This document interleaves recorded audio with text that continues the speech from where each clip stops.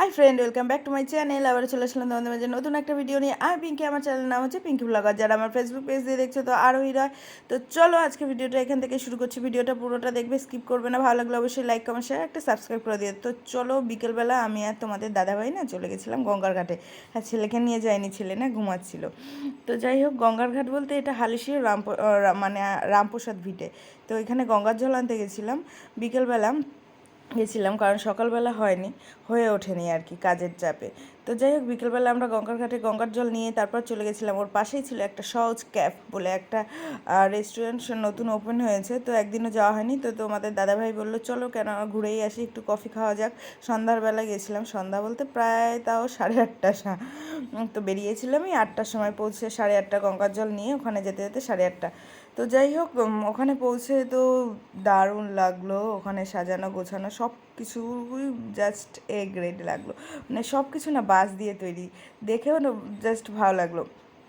মানে ওই একটু আলাদা সবাই চায়, তাই না? তো যাই হোক, তারপর চলে আসলো আমাদের কাছে মেনু কার্ড। আর মেনু কার্ডে ছিল অনেক কিছু, আর সস্তি মানে সত্যিই খুব সস্তা ছিল।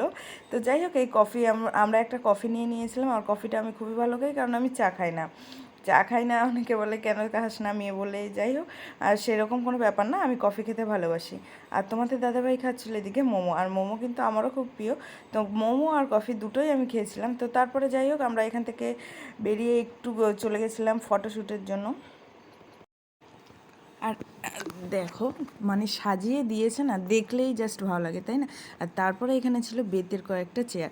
আর তারপরে এখানে যে তোমরা মানে ওয়াশরুমটা ইউজ করবে, ওয়াশরুমের ওখানে যে আয়নাটা ছিল না, আয়নাটাও ছিল না, খুব সুন্দর বাঁশ দিয়ে তৈরি। মানে দেখেও জাস্ট ভালো লাগছিলো। আর এদিকে তোমাদের দাদাভাই পেমেন্ট করে নিল। তারপর চলে গেলাম কিন্তু আমরা সেই ফটো সেশনের উদ্দেশ্যে। সত্যি ওই দেখো, ছোটো খোকা বলে শেখে নিশি কথা কওয়া, কি সুন্দর না? হ্যাঁ সত্যি আমার খুব ভালো লেগেছে। আর এটা না একটু ওই পিছন দিকটায় করা আছে। তো অনেকেই ওখানে যাচ্ছে, যাদের যাদের ইচ্ছে হচ্ছে তারা গিয়ে ফটো তুলছে, সবাই তুলছে অ্যাকচুয়ালি। তো হ্যাঁ, ওখানেই আর কি মানে সহজ পাঠের সমস্ত পড়াশোনাগুলো রয়েছে। তো ছোটোবেলার কথা মনে পড়ে গেল। তো চলো আজকের মতো এইটুকুই, দেখা হচ্ছে নেক্সট ভিডিওতে। টাটা।